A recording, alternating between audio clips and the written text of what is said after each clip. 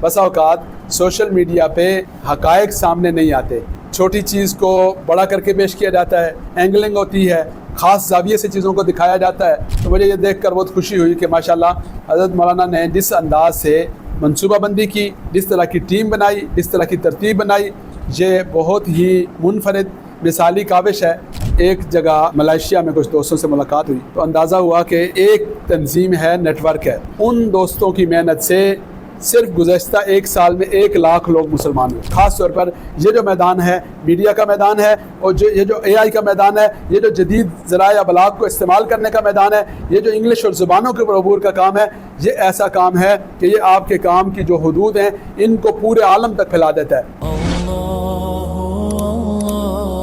Subscribe our channel. نحمدہ و نصلی علی رسولہ الکریم، بسم اللہ الرحمن الرحیم۔ میرے لیے یہ بڑی خوشی اور مسرت کی بات ہے کہ زینب ایجوکیشنل انسٹیٹیوٹ نے علماء کرام کے لیے، فضلاء کرام کے لیے آج کے دور کے چیلنجز اور تقاضوں کو، ضروریات کو مد نظر رکھتے ہوئے ایسا جامع، ایسا مرتب، ایسا منظم کورس ڈیزائن کیا، اس کا آغاز کیا، اور ماشاءاللہ جس انداز سے اس کام کو پیش کیا جا رہا ہے یہ دیکھ کر دلی خوشی ہوئی۔ اور جس طریقے سے میرا تعارف کروایا گیا تو کوئی میں ایسا بزرگ نہیں ہوں، آپ جیسا ایک طالب علم ہوں، اور جو طالب علم یا ایسے بیک گراؤنڈ سے تعلق رکھنے والا بندہ ہے کہ جس نے بسم اللہ سے 0 سے سٹارٹ کیا ہوتا ہے، اسے اندازہ ہوتا ہے کہ کام جو ابتدا نئے اور منفرد انداز سے اور موجودہ دور کے حالات اور تقاضوں کو مد نظر رکھتے ہوئے شروع کیا جائے، اس کے مسائل کتنے ہیں، مشکلات کتنی ہیں، چیلنجز کتنے ہیں، اور اس کی ضرورت کتنی ہے۔ اس کی وجہ سے میری کوشش یہ ہوتی ہے کہ جہاں کہیں کوئی بھائی، کوئی دوست، خاص طور پر ایسے نوجوان ساتھی کہ جو ذرا منفرد کام کریں اور وہ کام کریں کہ جس کی اس وقت امت کو، ہمارے دینی مدارس کو، دینی اداروں کو ضرورت ہے، تو میری وہ دلچسپی کا یا میری توجہ کا وہ مرکز ہوتے ہیں، اور کوشش ہوتی ہے کہ اس کام کی حوصلہ افزائی بھی ہو اور ساتھ ساتھ ان تجربات سے استفادہ کیا جائے، اس لیے کہ الحکمت ضالۃ المومن، حکمت تو مومن کی گمشدہ متاع ہے، اسے دیکھنا چاہیے، سمجھنا چاہیے، اور ایک دوسرے کے تجربات سے فائدہ اٹھانا چاہیے۔ تو میرے لیے یہ ایک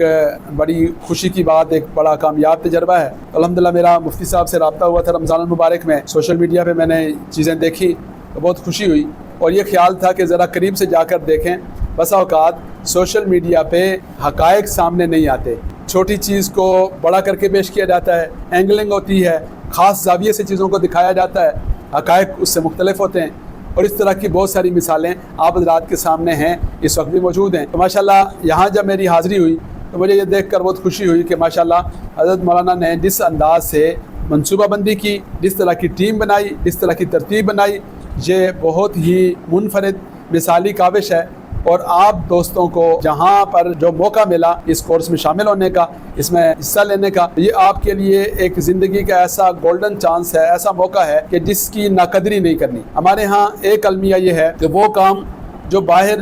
اداروں والے، انسٹیٹیوٹس والے، اکیڈمیاں اور ادارے بنے ہوئے ہیں، وہ وہی کام بھاری بھرکم فیسیں لے کر کرتے ہیں، اور بظاہر ان کے پاس سے آدمی کو اتنا فائدہ بھی نہیں ہوتا، لیکن چونکہ وہ فیس لے رہے ہوتے ہیں، چونکہ انہوں نے ایک ماحول ایسا بنایا ہوتا ہے، تو ہمارے لوگ اس سے متاثر ہو جاتے ہیں، اور جب وہاں پیسے دے کر، پیسے خرچ کر کے ہم ایک کام کرتے ہیں تو ہمارے دلوں میں اس کی قدر بھی زیادہ ہوتی ہے۔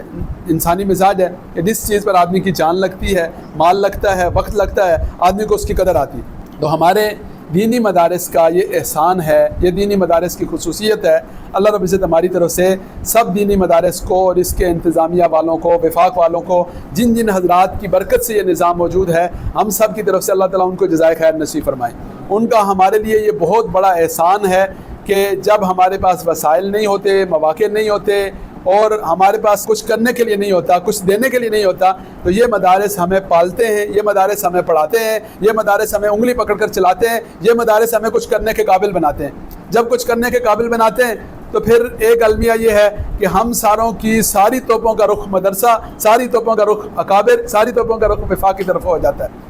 تو وہ جو کہتے ہیں نا کہ جن پتھروں کو ہم نے عطا کی تھی دھڑکنیں، جب بولنے لگے تو ہم ہی پہ برس پڑے۔ تو ہونا تو یہ چاہیے کہ ہم ترجمان بنے، ہونا تو یہ چاہیے ہم نمائندے بنے، ہونا تو یہ چاہیے کہ ہم صحیح معنوں میں وکیل بنے، اور ہم یہ والی بات دنیا کے سامنے باور کروائیں کہ بھائی ہم بے وسیلہ تھے، ہم بے حیثیت تھے، ہمارے پاس کچھ نہیں تھا، ان اداروں نے ہمیں اپنی آغوش میں پناہ دی ہے، ہمیں پالا ہے، ہمیں یہاں تک پہنچایا ہے، اور دین دنیا میں کسی قابل بنایا ہے، تو ہم ان کے نمائندے اور ترجمان ہیں، ہم ان کے سامنے ڈھال بنے۔ لیکن بدقسمتی سے ہمارا طرز عمل اس سے برعکس ہو جاتا ہے۔ تو میری آپ حضرات سے سب سے پہلی گزارش یہ ہے کہ اللہ رب العزت نے دنیا بھی دیکھنے کا موقع دیا، اور جیسے اسلام آباد میں بیٹھ کے میں آپ حضرات کے اس انسٹیٹیوٹ کو مانیٹر کرتا رہا، اس طرح جہاں جہاں لوگ کام کر رہے ہیں دینی اعتبار سے، دنیاوی اعتبار سے الحمدللہ، اور کوئی بات ہے نہیں ہے، لیکن آبزرور بہت اچھے ہیں، تماشائی جس کو کہتے ہیں نا، دور سے بندہ دیکھ رہا ہوتا ہے، تو الحمدللہ ایسے آبزرور کے طور پر بہت سارے اداروں اور کاموں پر نظر ہے، اور ان کو مد نظر رکھتے ہوئے میں آپ حضرات سے یہ بات کہنا چاہ رہا ہوں کہ مدرسہ کے ماحول میں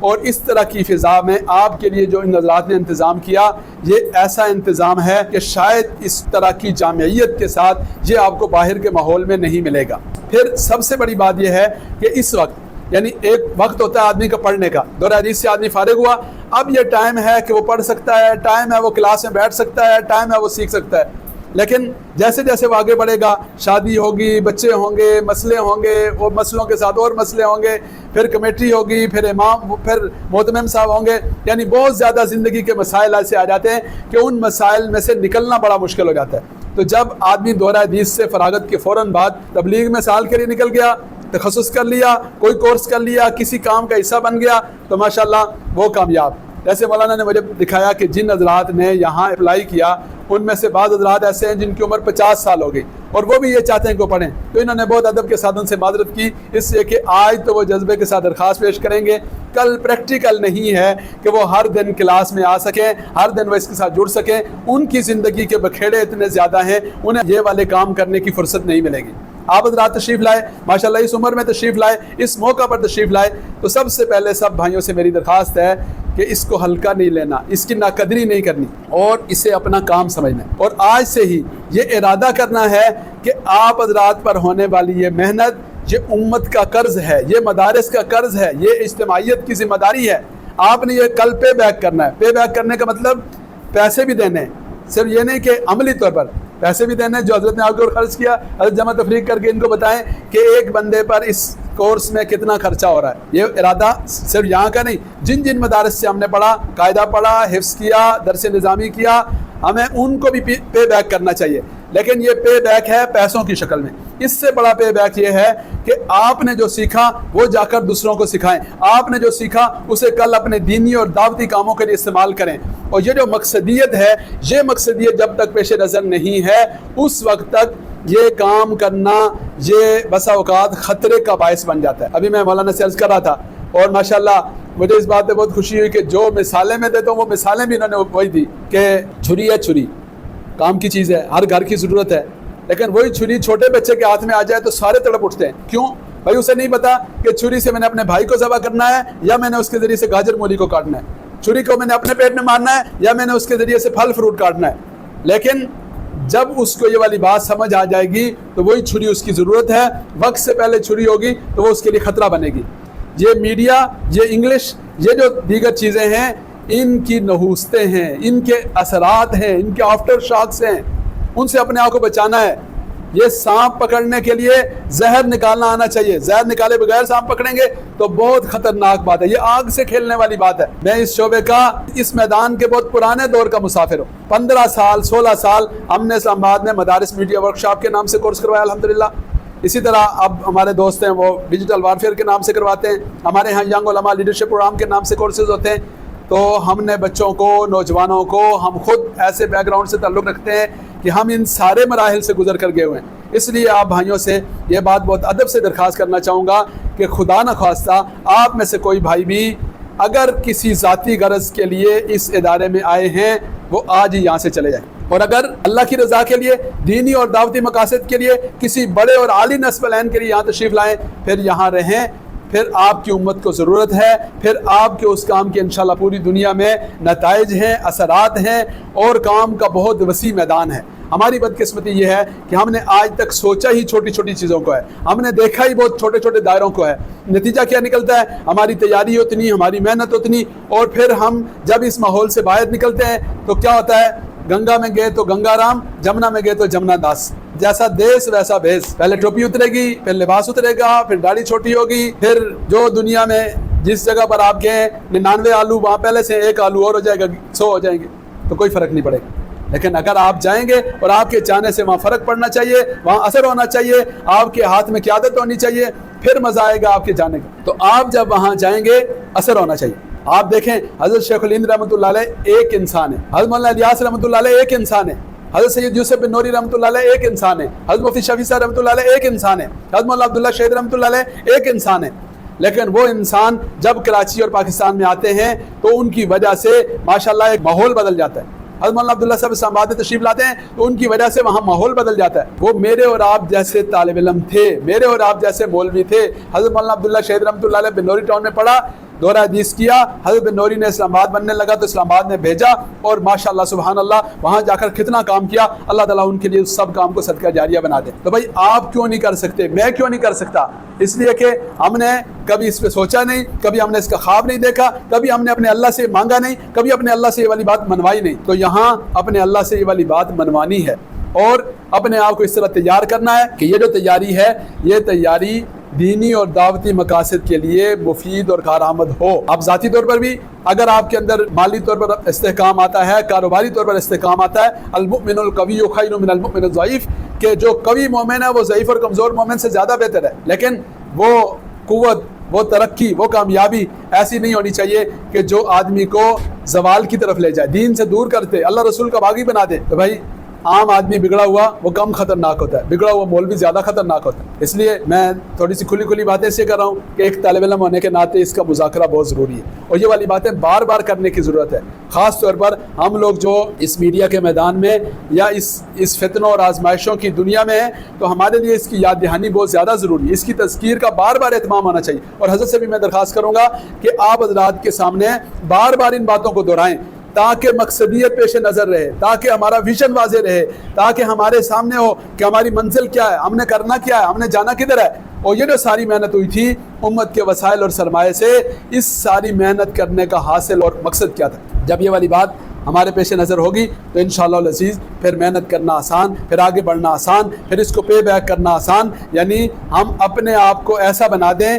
کہ ہم معاشرے میں جب نکلیں تو ہم میں سے ایک ایک فرد ایسا ہو جو امت کے لیے نافع بنے، جو انسانیت کے لیے خیر خواہی کا ذریعہ بنے، جس کے معاشرے میں جاننے سے فرق پڑنا چاہیے۔ آج کیا ہوتا ہے، ایک آدمی مدارس سے پڑھ کے آتا ہے، ساتھ والے گھر والے کو پتہ نہیں ہے کہ حضرت مولانا ماشاءاللہ 10 سال کا کورس مکمل کر کے آ گئے، مفتی کی سند لے کر آ گئے، کوئی اثر نہیں پڑتا۔ ایک بندہ چلہ لگا کر آتا ہے، سروزہ لگا کر آتا ہے، اس کے آنے سے محلے میں فرق پڑتا ہے، 10 سال لگا کر آنے والے سے فرق نہیں پڑتا۔ تو بھائی فرق پڑنا چاہیے۔ میں جہاں جاؤں، کسی دفتر میں گیا، کسی کمپنی میں گیا، کسی محلے میں گیا، کسی علاقے میں گیا،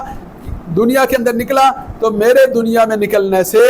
اثر نظر آنا چاہیے، فرق پڑنا چاہیے، تبدیلی آنی چاہیے، اور جو میرے اوپر ذمہ داریاں ہیں ان کی ادائیگی کا اہتمام ہونا چاہیے۔ اگر یہ ہو گیا تو الحمدللہ، اور اگر خدا نخواستہ یہ نہ ہوا تو اپنا محاسبہ کرنا چاہیے، اپنے بارے میں غور کرنا چاہیے، اور یہ جو اللہ رب العزت نے آپ حضرات کو موقع دیا، اس موقع کو اپنے لیے غنیمت سمجھیں، اور یہ جو بات ہے اس کو بار بار دہرائیں۔ اور اس کے لیے سب سے ضروری یہ ہے کہ پیوستہ رہے شجر سے امید بار رکھ۔ آپ نے سنا نا، اپنے بڑوں کے ساتھ، اپنے اداروں کے ساتھ، اپنے اکابر کے ساتھ جڑ کے رہنا ہے، ان کی رہنمائی اور سرپرستی میں رہنا ہے، ان کی چھتری میں رہنا ہے۔ جب اس سے نکلیں گے تو اکیلی بکری کو بھیڑیا کھا جاتا ہے، من شذ شذ فی النار۔ یہ والی غلطی کبھی نہ کریں، جڑے رہیں، وابستہ رہیں، کوئی آپ کا مرکز ہونا چاہیے، کوئی آپ کی وابستگی ہونی چاہیے۔ الحمدللہ اللہ تعالیٰ کے فضل و کرم سے اس وقت بزرگ سارے، ابھی مجھے انہوں نے بزرگ فرمایا، میں بزرگ نہیں ہوں، میں بزرگوں کا ادنا سا خادم ہوں، لیکن ہمارے جتنے بڑے حضرات ہیں الحمدللہ وہ سارے سرپرستی فرماتے ہیں۔ لیکن آپ حضرات نے دیکھا کہ ہمارے ماں باپ بھی ان اندیشوں کا تذکرہ کرتے ہیں، ہر آدمی کے ماں باپ کرتے ہیں، جو اندیشے آدمی کو عمر کے ایک سٹیج اور مرحلے پر نہیں سمجھ آتے، لیکن جب آدمی بڑا ہوتا ہے آدمی کو سمجھ آتا ہے، جب آدمی کے اپنے بیٹے ہوتے ہیں آدمی کو سمجھ آتا ہے کہ میرے ماں باپ مجھے کیوں یہ فرمایا کرتے تھے۔ تو جیسے جیسے آدمی کے سامنے حالات آتے جاتے ہیں، جیسے جیسے آدمی کا جو ذہنی سطح ہے وہ بلند ہوتی جاتی ہے، تو اس کو اندازہ ہوتا ہے کہ ہمارے بڑے یہ جو بات فرما رہے ہیں اس بات میں کیا حکمت ہے۔ تو شر سے بچانے کے لیے، فتنوں سے بچانے کے لیے، گمراہی سے بچانے کے لیے، نقصان سے بچانے کے لیے، اندیشوں سے بچانے کے لیے بزرگوں کی طرف سے احتیاطی تدابیر ضروری ہیں۔ لیکن ایسا نہیں ہے کہ کوئی آدمی کوئی خیر کا کام کرے اور بڑوں کی طرف سے اس کی حوصلہ شکنی۔ الحمدللہ ہمارے بڑوں کو اللہ رب العزت نے بڑا دل دیا، بڑا ظرف دیا، تو ہم ان کے سائے میں، ان کی سرپرستی میں رہنے والے بنے، جڑے رہیں. جب ہمارے کام سے، جب ہمارے قول و فعل سے دین کا فائدہ ہوگا، اور جب ہمارے قول و فعل سے ہمارے مدارس کا، ہمارے مسلک کا، ہمارے خیر کے سلسلوں کا فائدہ ہوگا تو انشاءاللہ ہم نافع. اصل تو علم نافع ہے. اور اگر خدا نخواستہ ایسا ہوا کہ ہمارا اپنا بھی نقصان ہو گیا، ہمارے اعمال کا نقصان ہو گیا، ہمارے نظریے اور فکر کا نقصان ہو گیا، تو پھر یہ بڑے گھاٹے والا سودا ہے. ایسے میلے میں جانا کہ جہاں بندے کا کمبل ہی چوری ہو جائے تو یہ بڑے نقصان والی بات ہے. پھر اس میلے میں ذرا دھیان سے جانا چاہیے. اور اگر آدمی کو لگے کہ میں اپنا کمبل نہیں بچا سکتا تو پھر نہیں جانا چاہیے. اور لگے کہ میں کمبل بچا بھی سکتا ہوں، بہت سارے لوگوں کو فائدہ بھی پہنچا سکتا ہوں، تو پھر اس پہ محنت بھی کرنی چاہیے. اللہ کریم اپنی رحمت سے آپ سب حضرات کو توفیق نصیب فرمائیں. اور جو آپ حضرات کام کر رہے ہیں، ابھی کچھ عرصہ قبل مختلف ممالک کے اسفار کا موقع ملا. ایک جگہ ملائیشیا میں کچھ دوستوں سے ملاقات ہوئی تو اندازہ ہوا کہ ایک تنظیم ہے، نیٹ ورک ہے. ان دوستوں کی محنت سے صرف گزشتہ 1 سال میں 1 لاکھ لوگ مسلمان ہوئے. ہم لوگ یہ والی بات سوچتے ہی نہیں ہیں کہ غیر مسلموں کو بھی دعوت اسلام دینی چاہیے. تو بھائی یہ کرنے کا کام ہے. ہمارے ایک دوست ہیں، انہوں نے افریقہ کے ممالک میں پاکستانی علماء کو تیار کر کے قادیانیت کے تعاقب کے لیے کام کرنے کا سلسلہ شروع کیا. غالباً 4 علماء ساتھیوں کی تشکیلات وہاں ہو چکی. تو آپ جیسے نوجوان جو زبانیں سیکھ رہے ہیں وہ یہ بھی ارادہ کریں کہ اللہ کی زمین بہت وسیع ہے، وہاں انشاءاللہ دعوتی کاموں کے لیے جانا ہے. اسی طرح یہ جو کام ہے میڈیا کے ذریعے سے، آپ ایک کمرے میں چھوٹا سا مائک لے کر، ایک کیمرہ لے کر اللہ تعالیٰ کے فضل و کرم سے دنیا بھر میں ایسا دین کا کام کر سکتے ہیں کہ اللہ رب العزت آپ کو بڑی بڑی خیروں کا ذریعہ بنا سکتے. ہم لوگ ابھی کچھ عرصہ قبل ترکی گئے تو وہاں پر ترکی میں 4 قسم کے لوگوں سے ہماری ملاقات ہوئی. ایک ترکوں کے ساتھ، ایک کردوں کے ساتھ. عمومی طور پر یہاں سے جانے والے لوگ کردوں کے علاقے میں نہیں جاتے، تو ہمارے دوست تھے، ہم کردوں کے علاقے میں گئے. تیسرے نمبر پر غزہ فلسطین میں کام کرنے والے حضرات، اور چوتھے نمبر پر وہ حضرات کے جو عرب اور افریقہ کے مختلف ممالک سے بڑے بڑے مفکرین، بڑے بڑے دین کا کام کرنے والے عبقری شخصیات وہ آ کر ترکی میں بیٹھے ہیں. وہاں ترکی کو انہوں نے اپنا مسکن بنایا. اللہ تعالیٰ کی رحمت سے الحمدللہ ہوا، ہمارا اس میں کوئی وہ نہیں تھا. اللہ رب العزت کے فضل و کرم سے اس کا انتظام ہوا کہ ان سب حضرات کے ساتھ ہماری ایک نشست ہوئی، اور اس نشست میں ان لوگوں نے اپنے اپنے کام کرنے کا انداز بتایا. تو سبحان اللہ، ان کے کام کرنے کا انداز ترکی میں بیٹھ کر، افریقہ کے ممالک میں جس انداز سے وہ کام کر رہے ہیں، ترکی میں بیٹھ کر جس طریقے سے وہ مختلف خطوں میں کام کر رہے ہیں، تو سبحان اللہ ایمان تازہ ہو گیا ان کا کام دیکھ کر. تو بھائی اگر آدمی کو یہ اندازہ ہو کہ میں نے کام کیسے کرنا ہے، میرا مقصد کیا ہے، میرا ٹارگٹ کیا ہے، تو بسا اوقات وہ ایک کمرے میں بیٹھ کر ایسا کام کر سکتا ہے جو پوری دنیا پر اثر انداز ہو سکتا ہے. اور خاص طور پر یہ جو میدان ہے، میڈیا کا میدان ہے، اور یہ جو AI کا میدان ہے، یہ جو جدید ذرائع ابلاغ کو استعمال کرنے کا میدان ہے، یہ جو انگلش اور زبانوں کے عبور کا کام ہے، یہ ایسا کام ہے کہ یہ آپ کے کام کی جو حدود ہیں ان کو پورے عالم تک پھیلا دیتا ہے، بشرطے کہ آپ کی سوچ، بشرطے کہ آپ کا ویژن، بشرطے کہ آپ کے ارادے، بشرطے کہ آپ کے محنت کرنے کا جو انداز ہے وہ اس لیول کا ہونا چاہیے. انا عند ظن عبدی بھی، اللہ رب العزت کی ذات سے جیسی امید رکھیں گے، جیسا گمان رکھیں گے، جتنا بڑا خواب دیکھیں گے، اللہ اپنی رحمت سے انشاءاللہ العزیز اس کو وجود نصیب فرمائیں گے. اللہ پاک اپنی رحمت سے مجھے اور آپ کو اپنے دین کی خدمت کے لیے قبول فرمائیں. وآخر دعوانا ان الحمدللہ رب العالمین.